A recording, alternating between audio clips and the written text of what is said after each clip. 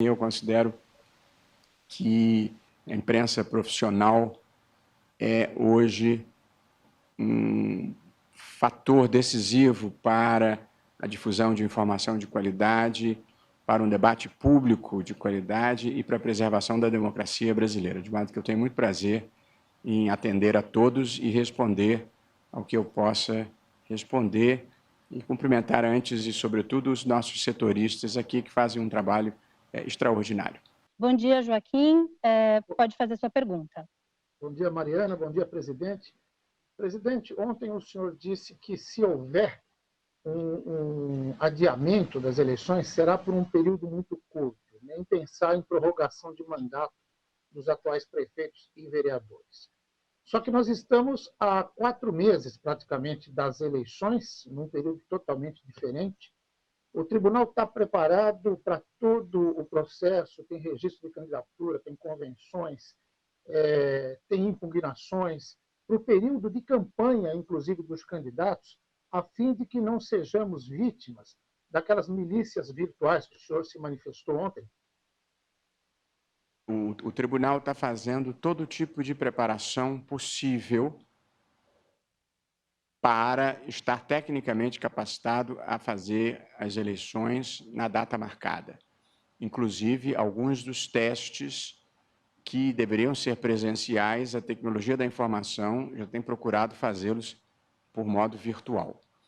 Ainda assim, evidentemente, o ideal é que as eleições possam se realizar num clima em que o TSE possa mandar as equipes para os tribunais regionais e treinar servidores, treinar mesários, testar as urnas.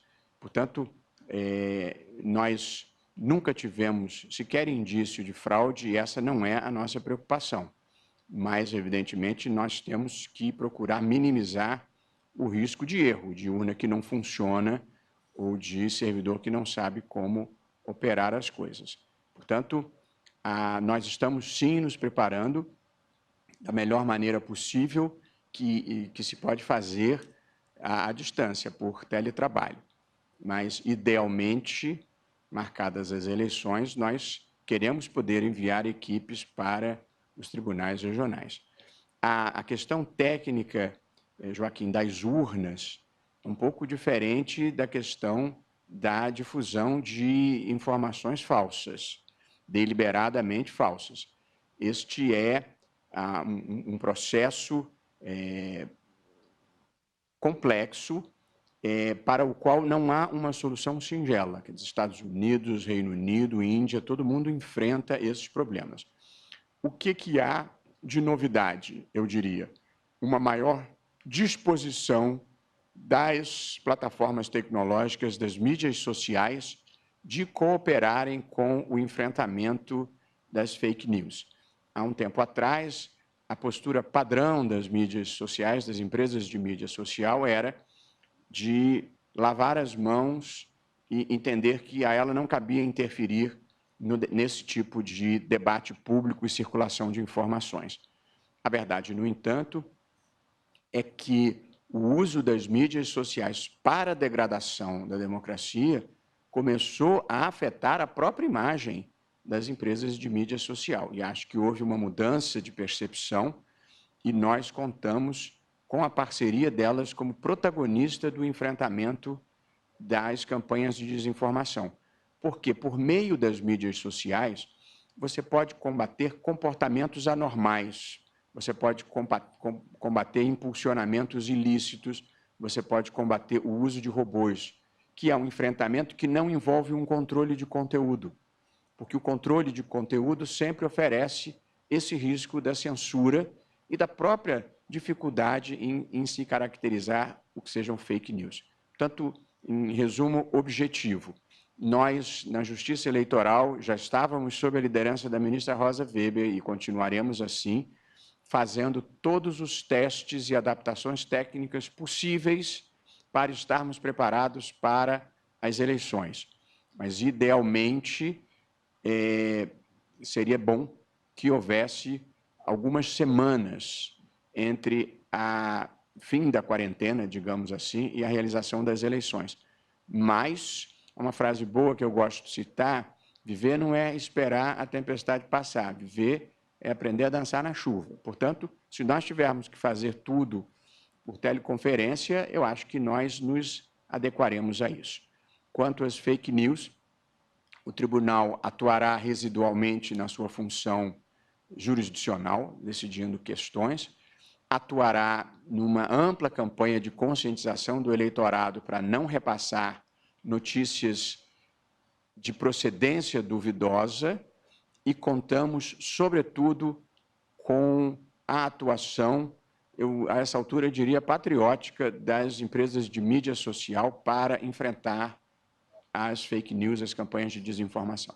Presidente, nós estamos aqui numa região que o senhor conhece bem, que é o ABC Paulista, com cidades grandes que têm a possibilidade de ter eleição em segundo turno, como Santo André, São Bernardo, Diadema, Mauá.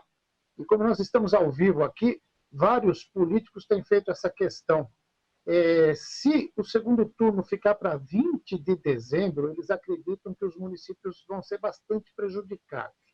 Sei que o senhor já falou rapidamente sobre isso, mas está confirmado 20 de dezembro para o segundo turno. E outra questão que me é colocada aqui, sobre a coincidência de mandatos em 2022. Se o senhor poderia se manifestar como premissa político-institucional ou como solução imediata? Obrigado, Joaquim. Respondo com prazer. A primeira pergunta, nós ainda não somos capazes de prever com exatidão o momento em que vai ser possível realizar as eleições. Há propostas no Congresso, de que eu tenho notícia, de fazer o primeiro turno em 15 de novembro e o segundo turno no começo de primeiro domingo de dezembro, acho que seria dia 4, precisaria conferir. Se for isso, eu acho que nós conseguimos dar posse aos eleitos em 1º de janeiro sem sobressalto. Eu digo nós, a Justiça Eleitoral, que estou me referindo aos tribunais regionais eleitorais, que são também protagonistas destas eleições municipais. O que nós possivelmente vamos ter que abrir mão é da prestação de contas de campanha anterior à posse. No ciclo normal, o segundo turno é no último domingo de outubro, depois vem a prestação de contas dos candidatos, depois vem a diplomação e no dia 1º de janeiro a posse. A prestação de contas, ainda mais nesse volume, num país com quase 5.600 municípios, não creio que em 2, 3 semanas se consiga obter essa prestação de contas. Eu gosto de trabalhar muito com dados, Joaquim, com estatísticas, e eu pedi para verificar, e é mínimo o número de prefeitos e de vereadores que foram eleitos e deixaram de tomar posse em razão de vícios na prestação de contas. Portanto, ponderando prestação de contas, prorrogação de mandatos, nós vamos optar pela não prorrogação de mandatos e vamos analisar a prestação de contas, nós, os TREs, ao longo dos primeiros meses do ano. Essa é a circunstância. Portanto, dispensada a prestação de contas e considerando que a apuração eleitoral no Brasil se dá no mesmo dia, é uma coisa extraordinária, apesar dos milhões de votos, eu acho que mesmo que se avance no mês de dezembro, não será impossível darmos posse em 1º de janeiro. Aliás, assim que seja possível, acho que essa é uma ideia que todos cultivam, o Congresso precisa mudar essa data de 1º de janeiro de posse, que é um tormento para todos, é um feriado mundial, inclusive na posse presidencial, você nem consegue trazer dignitários estrangeiros, ou vem com grande sacrifício pessoal, porque a virada do ano é um momento em que todos gostam de passar com a sua família. Era preciso adiar uns diazinhos nessa posse, depende de emenda à Constituição. O segundo ponto é a coincidência de mandatos.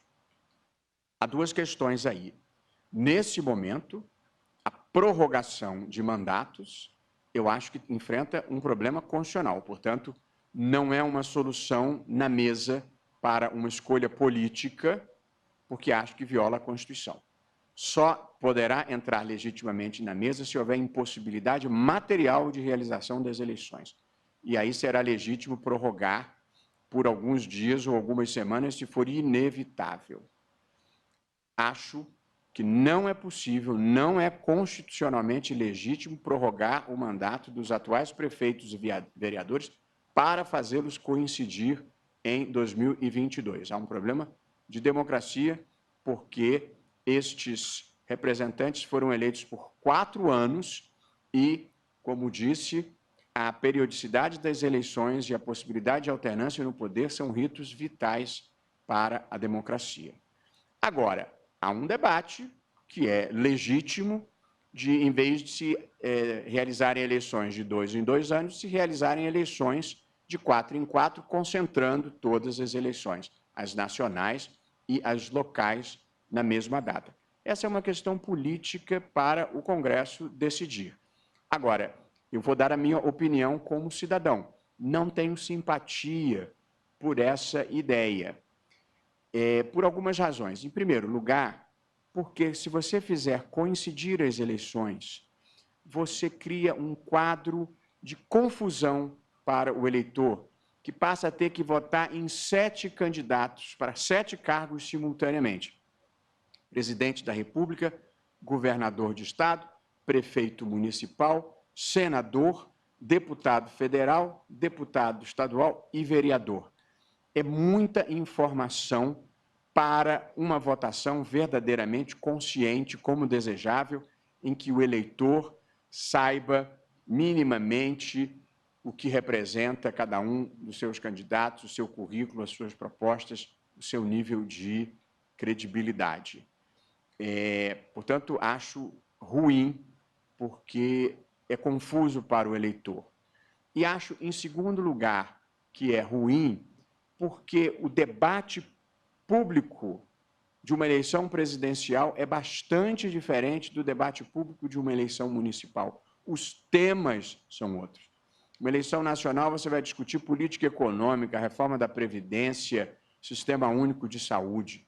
Na eleição municipal, você vai discutir transporte urbano, urbanização, coleta de lixo, gabarito. Portanto, são questões diferentes.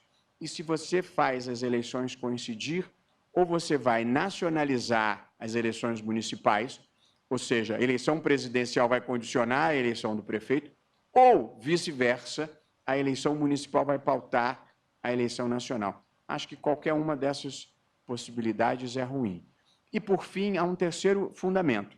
Nós estimamos, nessas próximas eleições, em que já não haverá coligações, nós estimamos 750 mil candidatos em todos os municípios brasileiros. Já é complexo administrar uma eleição com 750 mil candidatos. Se você casa as eleições nacionais com as municipais, você acrescenta a esses 750 mil mais algumas dezenas de milhares e cria um inferno gerencial. Claro, se o Congresso decidir assim, o país vai ter que se adequar. Mas, olhando à distância, não me parece uma boa ideia esta coincidência de eleições. Eu diria que, por essas razões, eu, como cidadão, me posiciono contrariamente à coincidência das eleições. Mas aí, já como um professor de direito constitucional, eu acho que é inconstitucional a prorrogação das eleições, a prorrogação dos mandatos como uma opção política e não como uma eventual imposição da saúde pública. Muito obrigado, presidente. Também a todos, muito obrigado. E a regra aqui no TSE é transparência total. Nós só não falamos ou não esclarecemos, evidentemente, sobre os julgamentos e sobre o que é, por imposição legal, sigiloso.